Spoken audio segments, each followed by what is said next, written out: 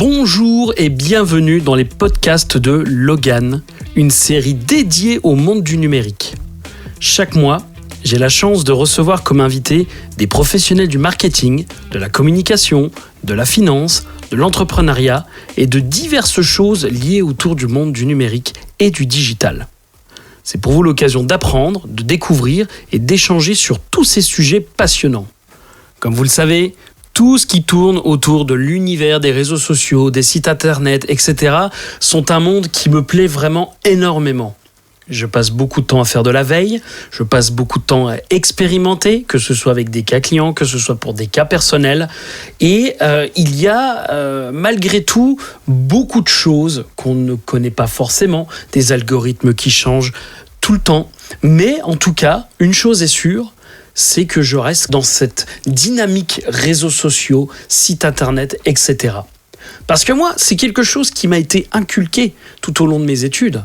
Je fais partie de cette génération qui a grandi avec Facebook avant que tous les autres réseaux sociaux n'arrivent. Donc, pour moi, c'est complètement naturel que je sois directement, lié aux réseaux sociaux et que je l'utilise tous les jours dans mes outils de communication, de veille, etc. Mais ce n'est pas forcément quelque chose que tout le monde a,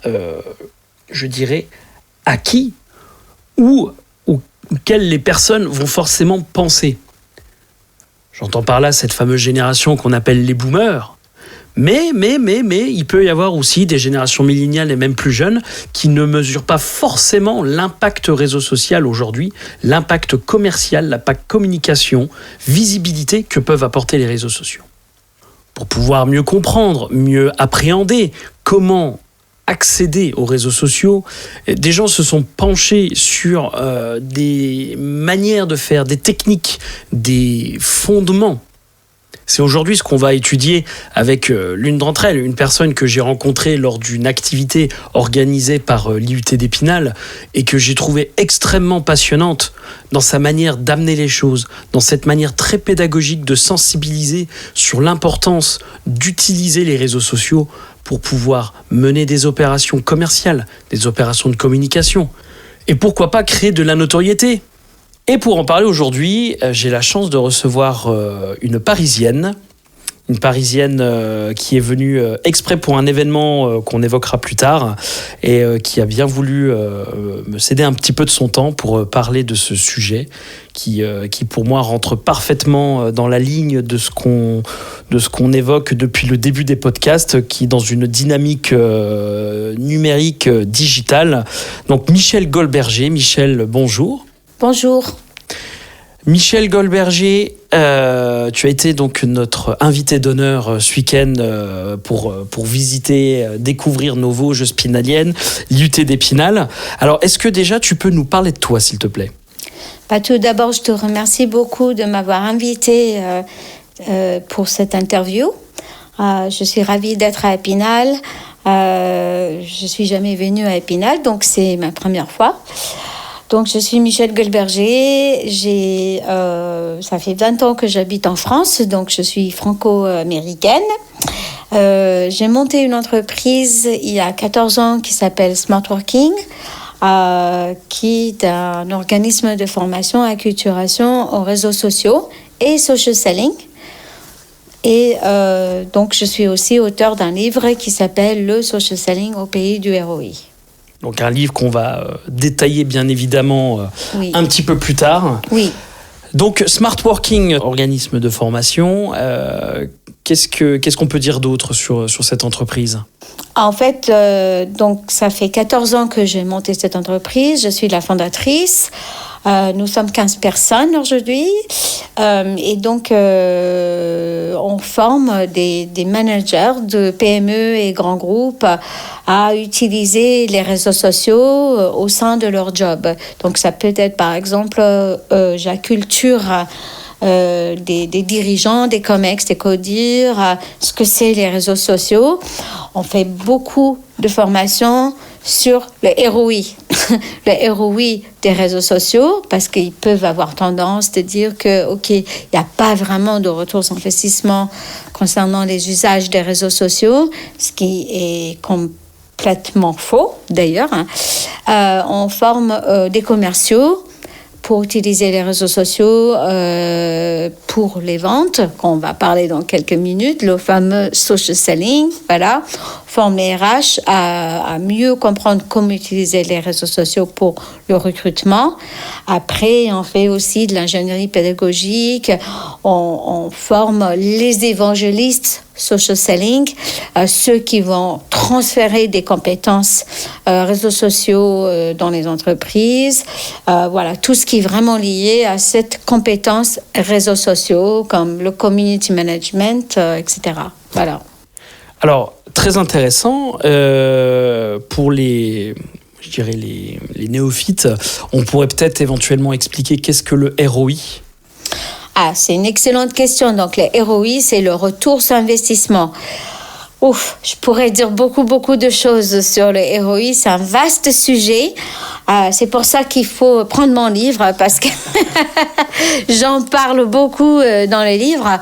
Mais pour faire un résumé en fait sur le ROI, c'est que pour ceux dans le business, en fait, qui ont fait un business school, on a appris de manière très simple cash in, cash out, money in, money out, c'est-à-dire pour chaque dépense, on peut mesurer quel est le retour sur investissement. Sauf qu'avec les réseaux sociaux, c'est pas aussi noir et blanc. C'est plutôt peut-être dans une zone grise, si je peux le dire comme ça.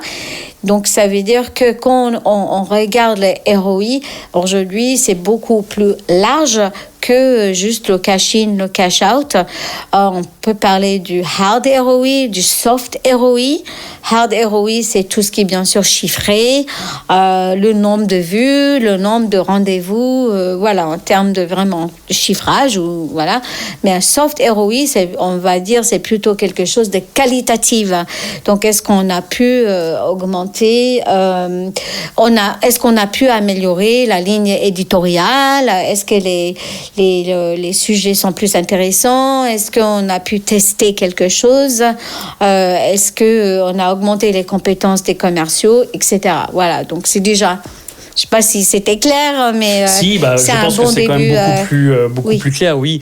Donc, comme tu disais, il y a l'investissement financier, bien évidemment. Oui, c'est ça. Il y a aussi l'investissement en temps, l'investissement en formation, enfin, toutes ces choses-là qui ne sont pas quantifiables. Exactement. Mais si, c'est quantifiable, c'est quantifiable, oui. Mais le ROI va permettre, du coup, de mesurer ce que rapporte concrètement. Oui. Tant financier que derrière qualitatif, quantitatif. Enfin. Exactement. Après, on a toutes sortes de ROI. On a ce qu'on appelle le ROA, le retour sur attention, return on attention.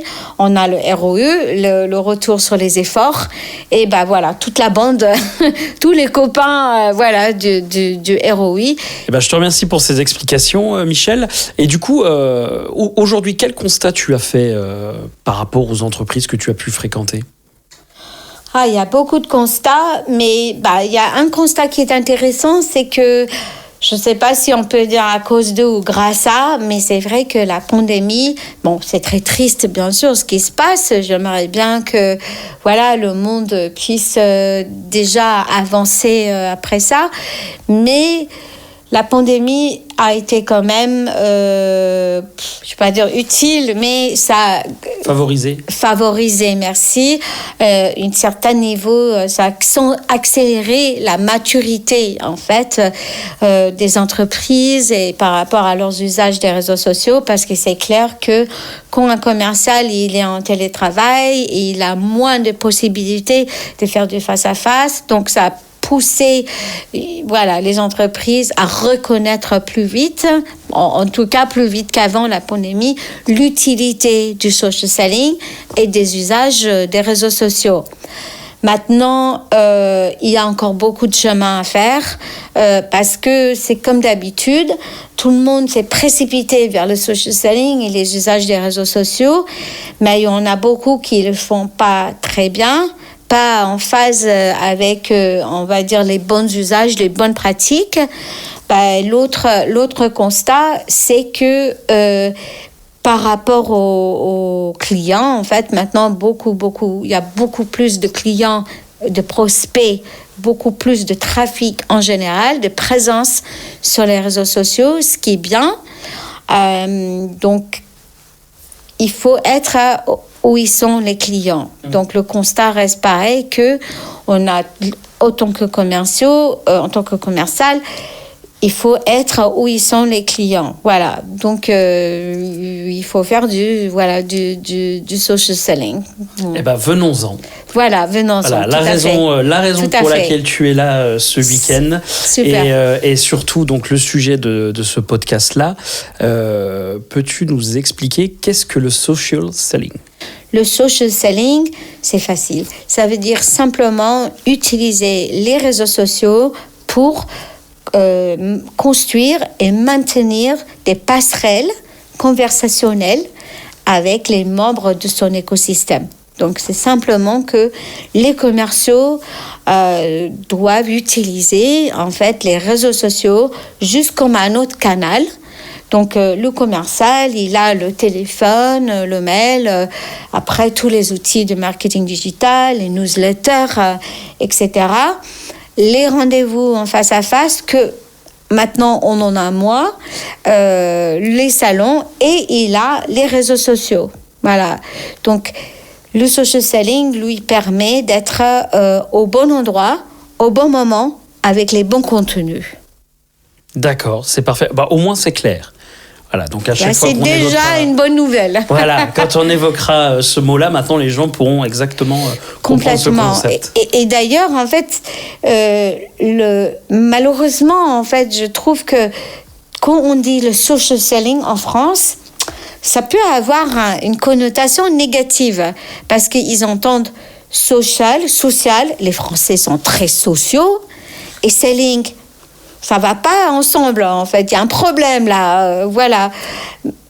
Et finalement, dans le social selling, il n'y a pas de selling. Tu vends rien, en fait. Tu construis une relation, tu échanges, tu essaies de mieux comprendre le besoin. Est-ce que c'est ce prospect ou ce partenaire ou ce client-là, en fait, quelles sont les possibilités, quelles sont les opportunités? On écoute, on pose des questions. On fait la fameuse découverte. Mais finalement, tu vends rien. Voilà.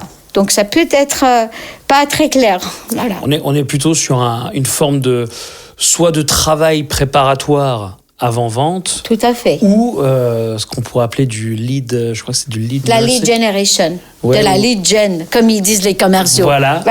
Et notamment aussi de l'entretien de lead, en fait. Complètement. Final. En fait, le social selling... On est dans du contact permanent. De toute façon, c'est le job de commercial, en fait, de tout le monde qui est en interaction, avec le client ou les prospects. C'est ton job d'échanger avec lui, de mieux comprendre, de lui fournir un bon service, une bonne expérience client. Et là, il y a encore énormément de boulot à faire concernant l'expérience client. S'il y a vraiment un truc qui me fascine dans tout ça, c'est l'expérience client. Parce que comment il ou elle va sentir... il y a quelqu'un qui est très connu aux États-Unis, il est tellement connu que je ne me rappelle plus comment il s'appelle, mais je sais, une personne très connue qui a dit les gens ne vont pas se souvenir de ce que tu leur as dit, mais comment ils se sentaient pendant l'expérience. Et ça, je trouve hyper important qu'on a ce souvenir que je me sentais bien ce jour-là ou je me sentais pas bien ou je sentais qu'il y a un truc qui n'allait pas et ça, je trouve, joue vraiment dans le social selling. Voilà. Donc, il y a vraiment beaucoup de choses à faire encore. Voilà, c'est le constat. C'est le constat. Un des constats. Pour le lier au constat. Oui, pardon, mais j'ai beaucoup d'idées. Voilà. Et du coup, est-ce que ça s'adresse aux petites entreprises, grandes entreprises C'est une bonne question. Déjà, je pense que le social selling en général, c'est vrai, ça a une connotation plus pour le B2B, déjà, il faut le dire. Hein. Et j'en parle d'ailleurs dans mon livre, dont on va parler dans quelques minutes. Mais ça dépend en fait vraiment la taille de l'entreprise et surtout le secteur. Je pense que pour beaucoup de petites entreprises, il s'agit plutôt du marketing digital. Ok. Et donc, en fait, une entreprise à partir d'une certaine taille, par exemple de 15-20 personnes, s'ils ont au moins un commercial plein temps, ça peut commencer à parler un peu plus de social selling. Si c'est une entreprise qui cherche quand même à faire un peu de B2B, là, peut-être on va parler plus du social selling. Voilà. Ok, très bien. Et du coup, comment une entreprise met en place cette stratégie social selling ? Ah bah, c'est une très bonne question, N'est-ce pas Logan. Ah, je les improvise pourtant. Hein. Ah non, mais il est très fort, Logan. Hein, pour ceux qui nous écoutent, très très fort. Hein. Je suis très impressionnée. Bah, en fait, c'est un peu aussi pour ça que j'ai écrit mon livre. J'ai le droit d'en parler maintenant ? J'ai hâte qu'on en parle de ton Ok, livre. merci. Bah, moi aussi. On peut même bousculer comment les questions étaient prévues, si tu veux en parler maintenant. Oui, je suis désolée. Ne t'excuse surtout pas de parler de la raison pour laquelle tu es venue. Hein. Oui, non, mais en fait, j'ai toujours été quelqu'un très disruptif. Je suis une femme disruptive. Bah, déjà, si j'ai monté... Mais imagine, Logan, qu'en 2007... je voulais monter une entreprise qui forme les collaborateurs des entreprises françaises, oh my God, sur les réseaux sociaux. Donc déjà, c'était une folie. C'était une folie. Une folie. En fait, les commentaires que j'ai eus, attention, je ne fais pas du French bashing. I love France. Hein, voilà, je suis quand même, je vais bientôt être française. Mais je suis donc quelqu'un déjà très disruptif. Voilà. Surtout que 2007, de mémoire, je crois que Facebook n'était même pas encore en France. Si, il était déjà en France. Je pense. Ouais, il a dû arriver vers 2007-2008. Hein, donc, oui, c'est-à-dire qu'on était vraiment aux prémices. Mais LinkedIn était là, oui. LinkedIn était là. Il y avait son concurrent français Viadeo. Oh là là. Ah oui. Oh là là là là. Those were the days, comme on dit. Viaduc. Je me rappelle, quand j'ai rencontré Monsieur Simon ici, oui. C'était une grande époque. Mais moi, j'ai compris que... c'était l'avenir. Oui, j'ai vu tout de suite parce que j'ai senti, en fait, pour être tout à fait transparente, on a commencé avec des formations sur ce qu'on appelait à l'époque le réseautage. Oui. Non, mais voilà, le networking, en français, le réseautage. Comment réseauter, on et offline. Et ben, au bout d'un an, tout de suite, j'ai compris que notre avenir, notre destin, le destin m'appelait pour faire des formations en réseaux sociaux. Voilà.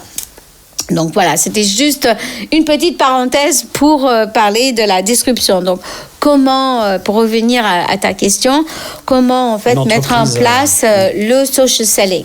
Tu vois, je reviens à la question. Incroyable. On m'avait prévenu hein, que j'allais avoir un invité de qualité. Ah bah non, mais arrête, c'est pas ça. Non, mais en fait, donc, comme j'écris dans mon livre, effectivement, comment mettre en place le social selling, je pense la première étape, ce qui est très important, que la personne ou les personnes qui mettent ça en place, ça peut être le directeur commercial avec un responsable marketing ou un responsable com ou un responsable digital, qui réfléchissent en fait un peu à qu'est-ce qu'ils ont envie quels sont leurs objectifs. Ce que je dis dans mon livre, c'est quelle est leur vision en fait de social selling, et surtout la chose pour moi, ce qui est la plus importante, c'est qu'ils mettent le client au cœur de tout. C'est qu'ils disent, si on va mettre en place le social selling, comment ça va aider le client ? Et après, bien sûr, comment ça va nous aider, l'entreprise, bien évidemment, mais c'est déjà comment ça va améliorer la qualité de la relation qu'on a avec le prospect et le client, et comment on peut améliorer son expérience. C'est déjà la première chose, faire un petit état des lieux, est-ce qu'on a des commerciaux déjà qui sont sur LinkedIn, est-ce qu'ils sont à l'aise, etc. Après, ça serait pas mal de les former sur le social selling, bien évidemment, au moins de les donner un premier niveau d'acculturation. Après tout ça, faire son état des lieux, aller voir le management. Parce que sans le OK du management, tu n'as rien. En fait, il faut vraiment que le management, la direction sponsorise cette approche-là, qui comprennent ce que c'est les réseaux sociaux, comment on va améliorer, oui, la visibilité de la marque, mais la qualité, en fait, des relations avec les clients et les partenaires de l'écosystème à travers les réseaux sociaux. Après, on peut, réfléchir un peu, aux compétences, comme je l'ai dit, à comment on va accompagner les commerciaux sur cette démarche-là. Et après, c'est les outils. Voilà. C'est un peu, on arrive au sommet plutôt, quand on va commencer à mettre en place des outils de social selling. Est-ce que j'ai bien répondu à ta question ? C'est parfait. Je pense que pour en savoir plus, il va falloir creuser un petit peu dans ton livre. Je pense aussi. On va pas tout révéler non plus. Mais au moins, ça permet d'avoir des pistes déjà, donc faire un état des lieux de la situation dans l'entreprise. Exactement. Fédérer la direction, comme tu dis. Exactement. Et former si besoin. Pas si, souvent il y a un besoin. Je pense qu'il y a besoin. Quand on est dans une réelle démarche active, il y a forcément un passage par la formation. Oui, parce que les entreprises ont tendance de dire, on a un stagiaire ou un apprenti. J'ai rien contre le fait de prendre des jeunes et tout ça, c'est très très bien. Mais même, j'ai entendu une jeune apprentie qui m'avait expliqué que dans son entreprise, on lui avait demandé de former des commerciaux au social selling. Et elle m'a dit, mais Michel, moi j'utilise les réseaux sociaux perso. Là, j'arrive, il me demande de parler un peu de s'occuper un peu des réseaux sociaux, mais je peux pas monter une stratégie, je peux pas monter une formation social selling. Effectivement, c'est pour ça c'est important de acculturer le COMEX ou le CODIR, la direction, comprendre concrètement le côté financier, mais le côté aussi image de marque, c'est super, c'est primordial pour le réputation de la boîte. Voilà. Tout à fait, ouais. Et du coup, ça me permet de rebondir. Oui. Et de te demander à quel moment tu interviens dans ces entreprises-là qui ont une démarche active, ou même pas forcément, mais qui sont déjà curieux de se frotter au social selling. À quel moment tu interviens ? Ça dépend. Dans chaque boîte, ça peut être différent, mais ils peuvent faire appel à Smart Working parce qu'ils se disent, OK, on a essayé nous-mêmes. On a essayé de générer du lead. Nos commerciaux, ils utilisent des canaux un peu vieillissants en fait et des choses classiques. Ils essayent de faire de la vente classique. Ça marche pas. Que tu appelles, alors attends, j'essaie de me rappeler. Tu as mis une expression pour ça, les ventes brutes, là, comment ça s'appelle ? Du hard selling. Hard selling, tout à fait. Oui, c'est que, peut-être ils se rendent compte en regardant ce qu'ils ont déjà essayé de faire sur LinkedIn, ils n'arrivent pas à avoir de résultats. Et là, ils se rendent compte qu'ils sont trop rentre-dedans. Ils essaient tout de suite, ils invitent des directeurs sur les réseaux sociaux et tout de suite ils demandent un rendez-vous. Non, c'est comme Tinder. Quand tu essaies de faire des rencontres sur les réseaux sociaux, il faut pas demander tout de suite. Il faut faire connaissance, il faut faire la découverte, etc. Donc, pour revenir à la question, c'est qu'à quel moment ils font appel à nous. Donc, soit ils décident tout de suite, ils savent qu'ils veulent mettre en place le social selling et ils veulent mettre en place une démarche sérieuse. Et quand ils vont aller voir le management, ils veulent proposer un projet bien structuré et se faire accompagner par des professionnels. Et c'est vrai que c'est beaucoup plus facile de convaincre la direction qu'on va les voir ensemble avec quelque chose qui est très stratégique et très structuré. Voilà. Après, ça peut être... ils ont déjà, après un moment où ils testent des choses eux-mêmes, ils n'ont pas les résultats qu'ils souhaitent. Voilà, ils peuvent faire appel à nous. Après, ça peut être aussi qu'ils sont déjà très forts en social selling, mais maintenant, ils veulent dupliquer, ils veulent faire le fameux roll-out dans des franchisés, chez les franchiseurs. s'ils veulent que leurs franchisés utilisent les réseaux sociaux, mais de manière structurée, en suivant des règles qui sont mises en place. Nous, on prépare aussi un accompagnement spécial pour les franchisés. Voilà. Ok. Voilà. D'accord. Très bien. Voilà. Eh bien, écoute, je pense que c'est assez concret au moins. Ça permet aux gens de te situer et de voir à quel niveau tu peux intervenir, donc concrètement à tous les niveaux. C'est là qui est intéressant, c'est que tu as un panel quand même assez large. Tu as de la direction au commercial qui va être dans la pratique. Exactement. Donc c'est ça qui est intéressant. Et puis ça te permet toi aussi, je pense, de pouvoir suivre les différentes étapes et que si jamais ça ne va pas, tu peux intervenir à n'importe quel moment de l'étape, que ce soit la prise de conscience, la formation ou l'exécution. Oui. Après, ça peut être aussi, juste pour une piqûre de rappel, après, ça peut être de faire de l'ingénierie pédagogique, c'est-à-dire créer des formations qui vont rester chez le client. Ça peut être l'histoire de la fameuse alternante. On peut former le formateur aussi, former l'évangéliste interne, parce que notre rôle de Smart Working, c'est pas non plus que le client devienne voilà, un légume. En fait, on n'est pas une agence de com, une agence de pub. L'idée vraiment, c'est qu'on les forme pour qu'ils puissent être indépendants et autonomes. Voilà. Donc, l'idée, c'est qu'on les aide à créer peut-être leur propre formation en interne et qu'on donne un coup de main de temps en temps où ils ont besoin de rafraîchir en fait un peu leur ligne éditoriale. Donc, on peut faire un workshop sur ça ou ils ont des soucis de marque employeur. Donc, on peut aussi accompagner les RH, réfléchir à ça, parce que c'est toujours intéressant de faire venir quelqu'un qui a une vue externe. Voilà, parce que la vue de ma fenêtre, elle est peut-être différente. Parce que quand tu es en entreprise, tu as, the tunnel vision. Tu as juste une vue qui est très étroite. C'est ça. Et tu n'as pas, voilà, parce que pour mon livre, pour revenir,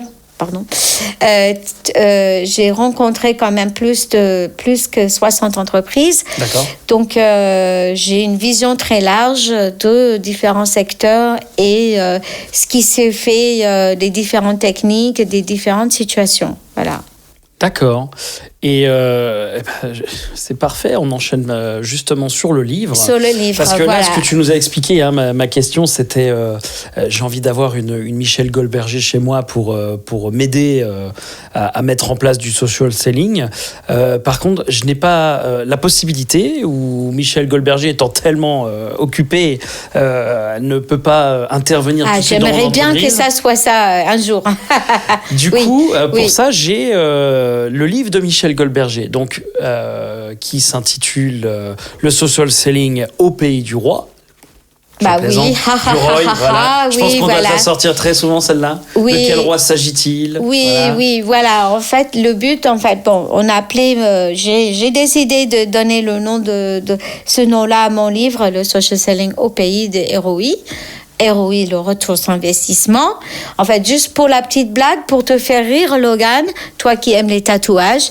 Et non, j'ai pas de tatouage, au cas où, voilà. Non, on sait jamais, peut-être un jour.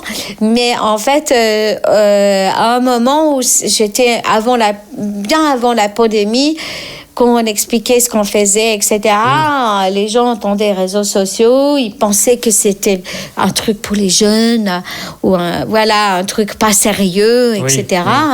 Le social selling au pays du ROI, parce que nous sommes maintenant dans une période où on vit dans le digital, le physique et le digital. Le client, les prospects, les acheteurs, nos partenaires, les membres de notre écosystème, ils sont un peu je veux pas dire en no man's land, mais un peu parce que ils sont dans le on, dans le off, offline, online, et donc c'est un peu comme Alice, voilà, au pays de merveilles. C'est un peu comme Alice, elle est dans un monde un peu étrange. Je sais pas, est-ce que les gens fument quelque chose? On se pose des questions. C'est un peu bizarroïde. Et donc, on vit en fait un peu dans ce monde où il faut être tout le temps où ils sont les clients Et là, on essaie d'être toujours au bon endroit. Présent, c'est ça. Possible. Voilà. Et donc, je voulais faire un jeu de mots marrant avec les ROI, le roi, parce que les clients est roi. Et c'est vrai que dans le social selling, l'expérience client est la reine. Alors justement, voilà. je vais jouer par rapport à ta culture américaine et la culture française. Oui. C'est vrai que quand les gens me disent le client est roi, moi j'ai souvent tendance à leur dire ouais mais nous en France les rois on leur coupe la tête. Oui. Donc c'est un peu ça. Non mais tu as 100% raison. Voilà. Donc peut-être il faut qu'on change. Les rois jusqu'à une certaine limite, on va dire. C'est ça. Oui. Mais en fait, je trouve que moi j'ai un grand respect pour mes clients, en fait. Moi, j'ai un grand respect pour tout le monde, qu'on soit clair. Mais c'est ce que je sais toujours. Pour moi, en fait, j'ai appris ça à la maison parce que j'ai 2 parents, en fait, entrepreneurs. En fait, malheureusement, j'ai perdu mon papa cette année, et d'ailleurs, j'ai mon livre, est dédié à mon père que j'ai perdu juste avant la sortie de mon livre. Donc, le timing de mon livre était vraiment, quelque chose qui m'a été envoyé par l'univers. Mais j'ai toujours appris ça chez mes parents que le client est roi. Parce que, comme il disait tout le temps, mon papa, sans les clients, on n'aura pas de business, on n'aura pas d'entreprise. Je ne pourrais pas avoir une équipe. Je ne serais pas là.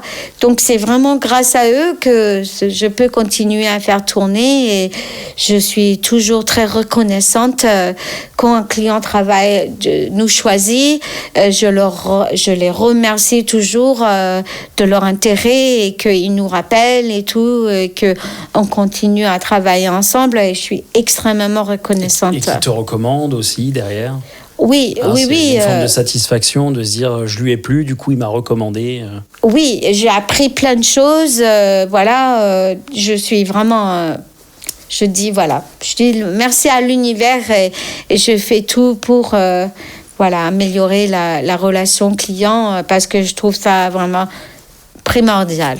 Voilà. Après, je trouve, c'est mon ressenti personnel, hein, mais je trouve quand même qu'il y a une forme de philosophie qui est intéressante, c'est que le fait de mettre en place du social selling, c'est on ne considère pas son client comme un numéro, numéro de commande, un numéro de facture ou quelque chose pour une cash machine, je dis, pardon pour te couper, mais c'est un peu ça. D'affaires, oui, non mais il y a un côté humain qui est quand même vachement intéressant. Et le grand constat, en fait, l'enjeu, en fait.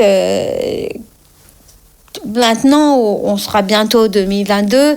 Je trouve que les grandes tendances, comme quelqu'un m'a demandé il y a 2 jours dans une formation, je suis cette formation parce que je veux avoir les grandes tendances des réseaux sociaux pour nous en entreprise. J'ai dit c'est très facile.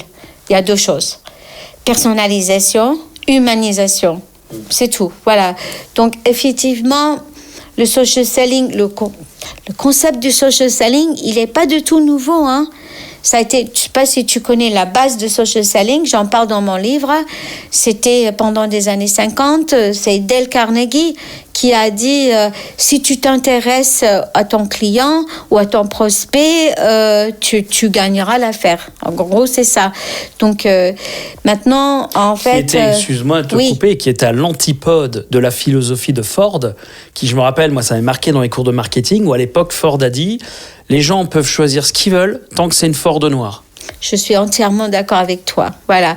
Je suis plutôt Dale Carnegie ou même, je parle aussi dans mon livre de Tupperware, Earl Tupperware, qui a dit qu'il faut amener le produit chez le client parce que c'est plus confortable pour lui et je pense qu'il a bien raison.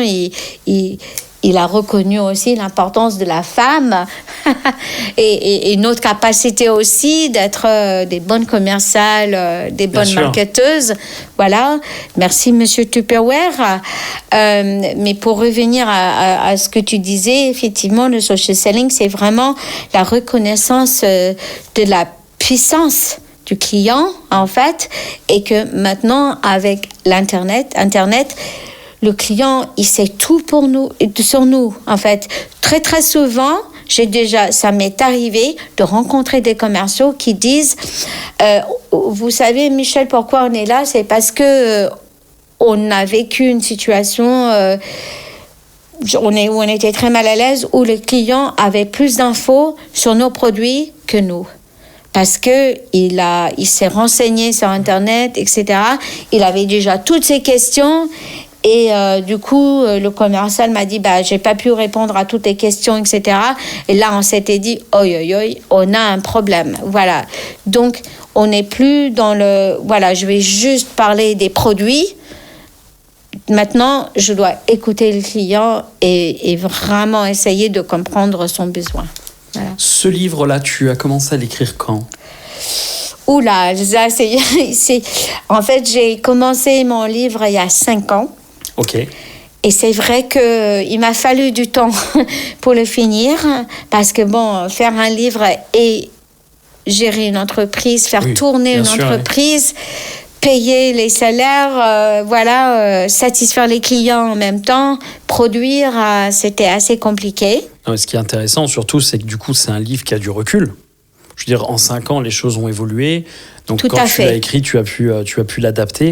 Mais en fait, ma question était intéressée dans le sens où, comme certains le savent, là, des gens qui nous écoutent, moi, je développe des applications, je crée des sites internet. Tout à fait. Et je dirais qu'il y a une tendance vraiment qui ressort depuis maintenant 3-4 ans, qui est il faut mettre le client, mais ça fait vraiment 2 ans qu'on en parle de plus en plus en disant le site internet, il faut optimiser l'expérience utilisateur, fameux UX, UI, exactement. Interface utilisateur, expérience utilisateur. Enfin, j'en entends parler depuis 3, 4, 5 ans. Donc, en fait, ce livre-là, il est en plein dedans cette philosophie, quoi. C'est au cœur de cette philosophie. Exactement. Je pense que le vrai challenge que nous sommes en train de vivre dans les entreprises, je vois chez mes clients, etc., c'est de s'éloigner de cette idée d'être orienté produit et customer-centric, c'est-à-dire orienter tout autour du besoin du client, humanisation, la personnalisation. Oui, on est maintenant dans une époque où on a tous les outils pour automatiser. On aura bientôt beaucoup plus de l'IA, d'intelligence artificielle dans les outils, etc. Mais il faut toujours rester sur une partie de la relation qu'on gère avec le prospect, le client, où c'est personnalisé et c'est humain qui comprennent que derrière ce message LinkedIn ou derrière un mail ou derrière en fait le contact, il y a un être humain qui s'intéresse à lui, qui veut faire sa connaissance pour mieux comprendre dans une optique de vraiment l'aider. Voilà, à avancer sur ces problématiques. Voilà. Très bien. Et c'est le cœur de mon sujet dans mon livre. Et voilà, j'allais justement te demander pour cette dernière partie de nous parler du contenu de ton livre. Oui. En fait, mon livre, je l'ai conçu pour vraiment être comme un guide qui aide ceux qui mettent en place le social selling dans les entreprises, que ce soit le management, les directeurs, les responsables, les chargés d'eux, etc., de savoir comment mettre en place le social selling étape par étape. Il a été construit de manière assez structurée, si je peux me permettre, pour que, comme ça, que le livre reste sur son bureau et quand il est en train de mettre quelque chose en place, il dit « Ah bah oui, j'ai une question par rapport à l'organisation. Ah bah je peux ouvrir le chapitre sur l'organisation » et qu'il n'est pas obligé de lire tout 1, 2, 3, 4 de manière chronologique, qu'il peut juste se servir du livre pour différentes parties. Il peut juste dire, OK, hop, je lis le chapitre 4, OK, ça m'a été utile, très bien, je continue, et après il peut revenir, et comme quelqu'un sur Amazon qui a fait une évaluation très sympathique sur mon livre qui dit que c'était comme pour lui comme une bible de la mise en place du social selling. Voilà. D'accord. Alors, bien évidemment, pour ceux qui écoutent, il y a le lien sur la vidéo YouTube qui leur permettra de découvrir le livre et puis de l'acheter si besoin. Ok, et donc on peut aller, pas au lit. On peut aussi aller. Après, on ira au lit. Oui, on ira au lit, voilà. Parce que ce qu'il faut savoir, là, je vais quand même faire le point pour que les gens puissent comprendre. Il est 6h05. On a vécu une énorme journée et demie de Social Selling Challenge qu'on évoquera rapidement juste après à la fin. Donc c'est vrai que la fatigue commence à se faire ressentir. Exactement, et je suis venue quand même, j'ai pris le train de Paris pour venir à Épinal. Tout à fait. Après des longues journées de formation. Donc, et après un premier week-end, le week-end dernier déjà sur Colmar. Festival de Social Selling en décembre. Voilà, je me suis social sellingifiée à mort. Voilà, mais ce que je voulais dire simplement, c'est que vous pouvez aller sur notre site www.socialsellingaupaisduroi.com pour trouver plus d'infos et aussi sur smartworking.fr pour avoir plus d'infos sur l'entreprise. Voilà. Eh ben, c'est parfait.